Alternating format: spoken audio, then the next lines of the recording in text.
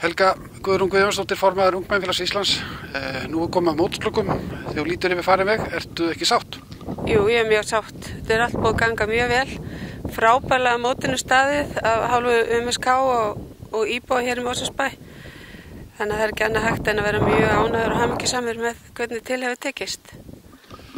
Það greinilegt að sjá að þetta mót komið til að vera. Já, ég held að fjölgun iðkenda núna í þessu móti sýnir það að þetta mót það bara að vaksa og ég held að kannski inn á svona 3 ára þá þetta mót kannski verið álíka stórt eins og unglingalandsmótin okkar í dag og það náttúrulega markmiðið sem við stefnum að.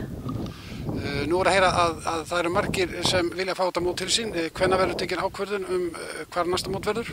Já, það eru 11 sambandsaðilar sem að óska eftir að fá mótið til sín 2013 og 2014 og stjórn Ungmennafélags Íslands ætla sér að taka ákvörðun það í miðjan júlí hvert mótið fer og það verður tilkynnt síðan á unglingalandsmótinu á Selfossi Verslunarmannahelgina hvert næstu 2 mót fara. Svo heilt yfir ertu bara mjög sátt? Já, ég ofsalega ánægð. Það ekkert annað hægt. Þetta búið að vera frábært í alla staði.